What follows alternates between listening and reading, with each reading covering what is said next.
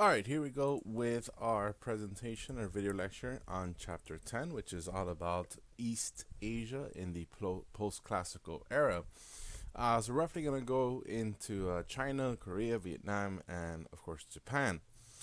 Before anything else, let's refresh our memory with the Chinese Dynasty song. Sing along. Shang Jiao Qin Han Sui Tang Song, Sui Tang Song, Yuan Ming Qing Republic, Yuan Ming Qing Republic, Mao Zedong, Mao Zedong. One more time, one more time, one more time. Qin Han, Shang Jiao Qin Han, Sui Tang Song, Sui Tang Song, Yuan Ming Qing Republic, Yuan Ming Qing Republic, Mao Zedong, Mao Zedong. That's a great song. You guys need to be able to sing that song by memory in order to be able to memorize the order of the different Chinese dynasties in Chinese history. So today we're looking at starting off with the Sui Dynasty. Yes, it's pronounced the Sui Dynasty. And right there's the first Sui Emperor. And he founds this new dynasty in the post-classical era. That means after 600 and after 600 CE. And what he basically does is that he reunites China, right?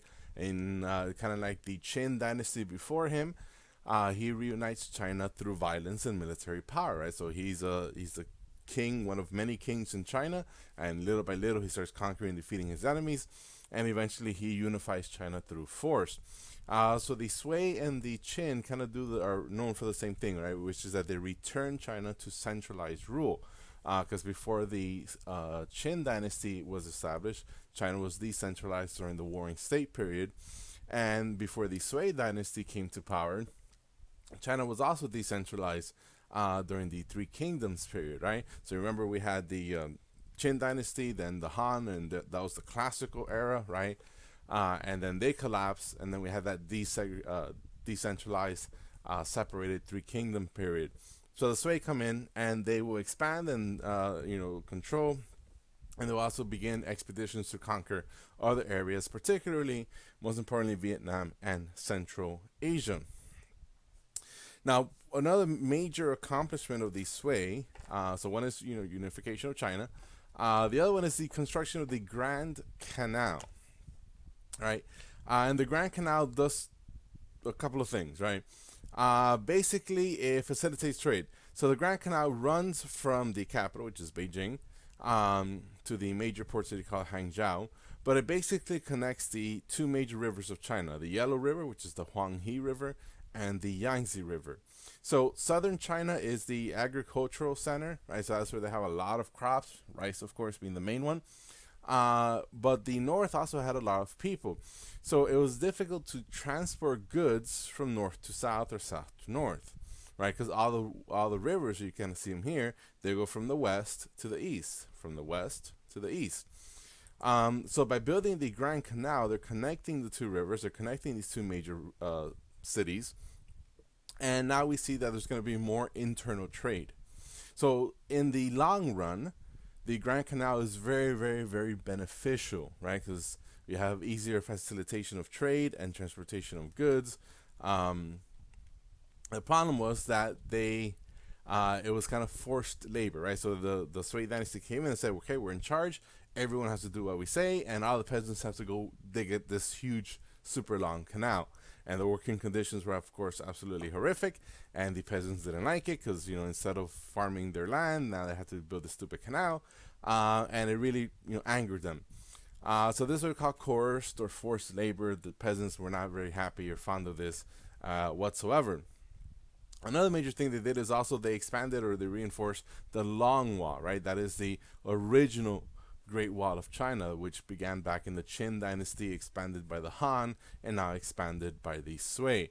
And again, you're building these long defenses because you want to keep the nomadic people from from Central Asia, right? Those are the Mongols, from coming in and conquering and causing chaos. So we could kind of see what the downfall is going to be, right? So they had this, the wall. We see the canal. The downfall is that the emperors were pretty mean. The emperors were kind of like dictators. And remember what the Chinese, philosophy, Confucianism says about the way the emperors were supposed to rule. The emperors were supposed to be nice. The emperors were supposed to be lenient and caring to their people, right? But the Sui were like, forget that. We need to get things done, and we're gonna force these peasants to do it.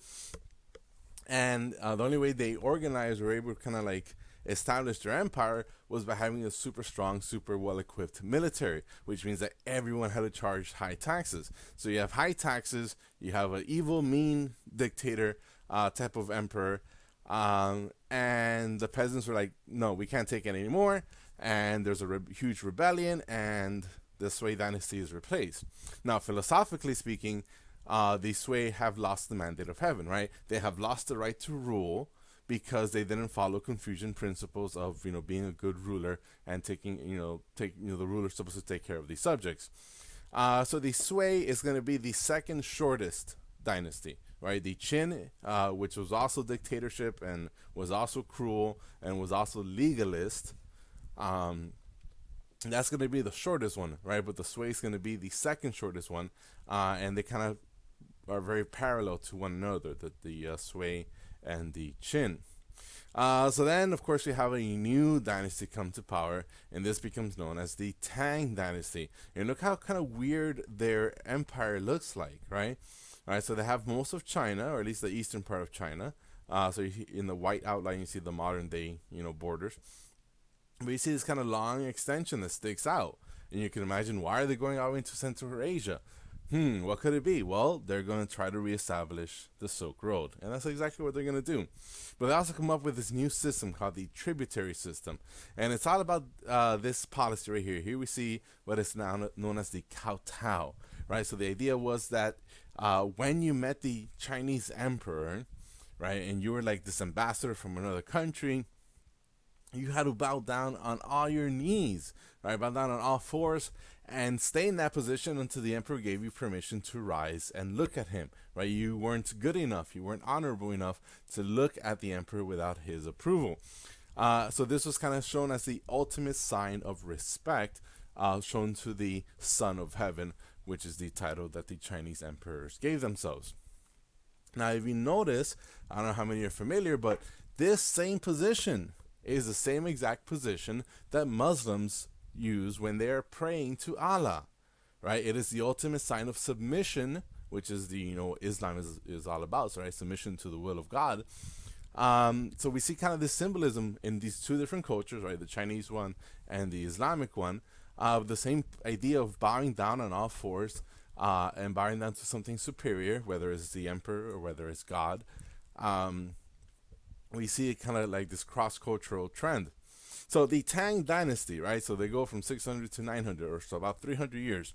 They're going to conquer parts of Central Asia. They're going to continue conquering Vietnam, Manchuria, and all these, their neighbor states, right? These places like Korea, places like Tibet, places like northern China, even places like Japan, right? The Chinese are going to say, okay, you want to trade with us, you want to have relations with us, we have all this wealth, we have all this money. If you want anything, you got to pay us money. You got to pay us tribute. So the Tang Dynasty kind of like was this big bad bully in a sense, right? And this guy kind of looks like a bully if you think about it, right? And the idea was like, hey, you got to pay up.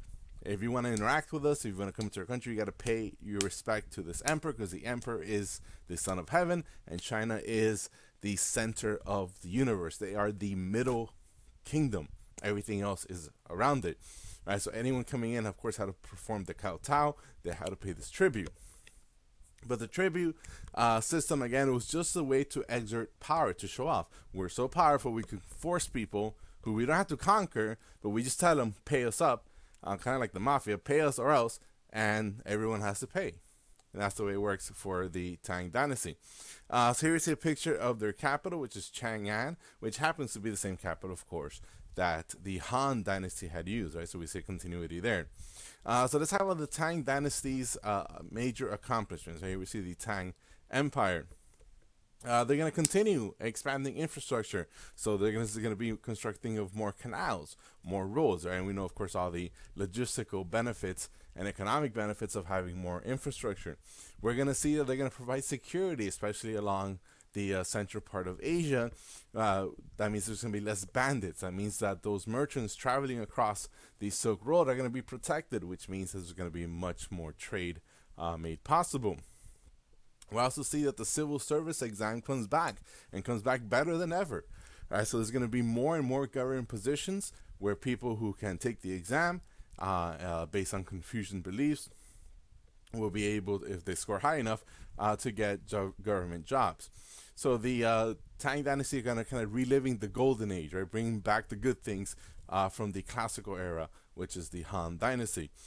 We also see a new emphasis, right, because the civil service exam becomes that entryway. It becomes that opportunity for many people to rise up in society.